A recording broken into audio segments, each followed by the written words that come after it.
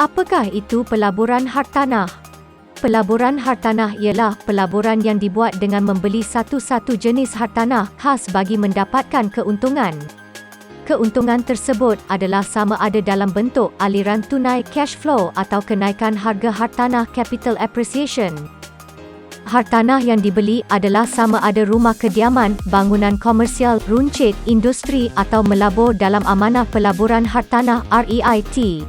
Untung ke membuat pelaburan dalam bidang hartanah ini?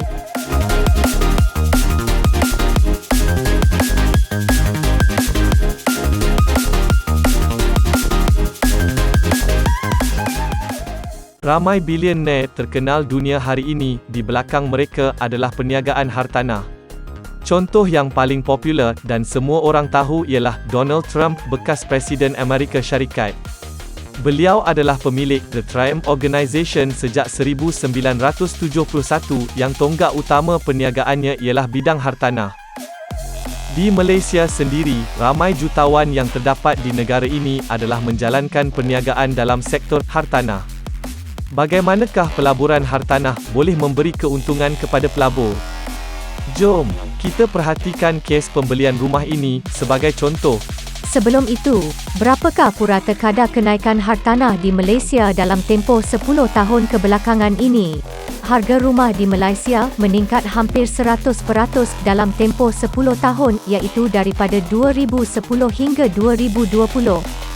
Ini bermakna purata kadar kenaikan hartanah di Malaysia adalah 7.1% setahun dalam tempoh tersebut.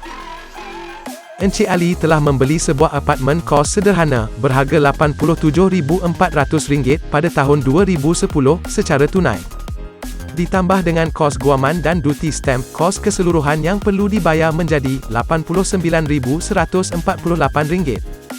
Beliau telah menyewakan apartmen tersebut kepada pelajar IPT dengan kadar sewa bulanan sebanyak RM550 sebulan, menjadikan jumlah keseluruhan sewa yang diterima selama 10 tahun sebanyak RM66,000.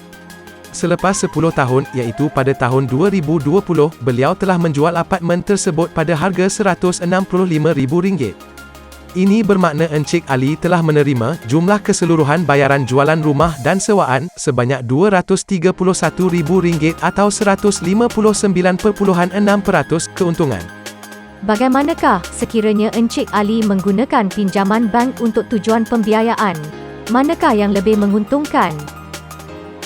Sekiranya menggunakan khidmat bank untuk tujuan pembiayaan, Encik Ali perlu membeli insuran MRTA atau MLTA sebanyak 6%, menjadikan keseluruhan harga rumah menjadi RM94,392.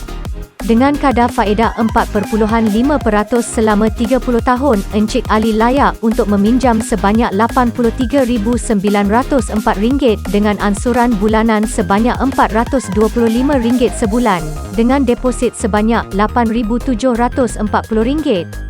Jadi sepanjang 10 tahun, Encik Ali telah membayar ansuran berjumlah RM51,000. Ini bermakna jumlah keseluruhan yang telah dibayar oleh Encik Ali adalah RM61,488.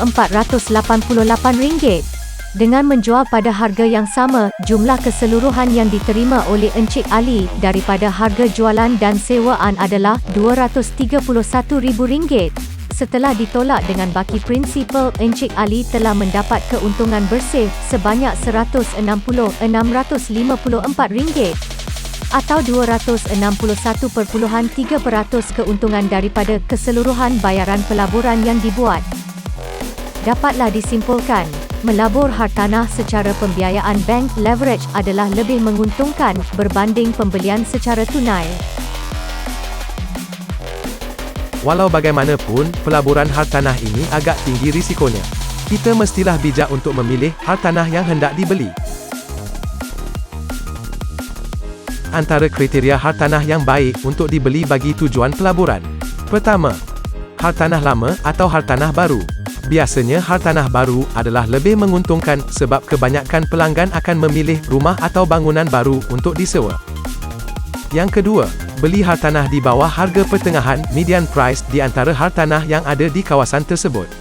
Sekiranya berlaku keadaan yang tidak baik seperti penurunan kadar sewa dan sebagainya, hartanah yang lebih mahal akan terjejas terlebih dulu. Ketiga adalah faktor lokasi, iaitu kawasan yang mempunyai potensi yang tinggi untuk penyewaan dan sebagainya. Seterusnya adalah faktor pemangkin booster factor di sekitar hartanah yang hendak dibeli. Contohnya terdapat pembangunan MRT, IPT, dan sebagainya. Yang kelima, pastikan lokasi hartanah yang hendak dibeli mempunyai permintaan demand penyewaan. Bukan tempat yang terlalu jauh dari pusat bandar.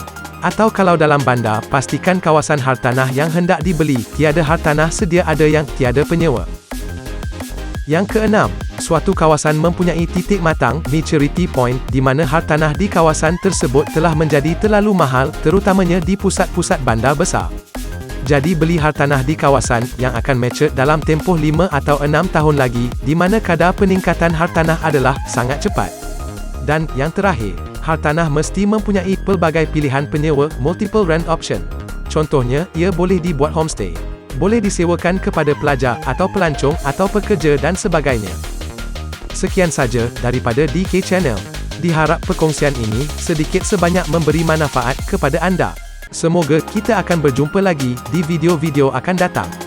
Harap dapat like, komen, share dan subscribe. Assalamualaikum warahmatullahi wabarakatuh.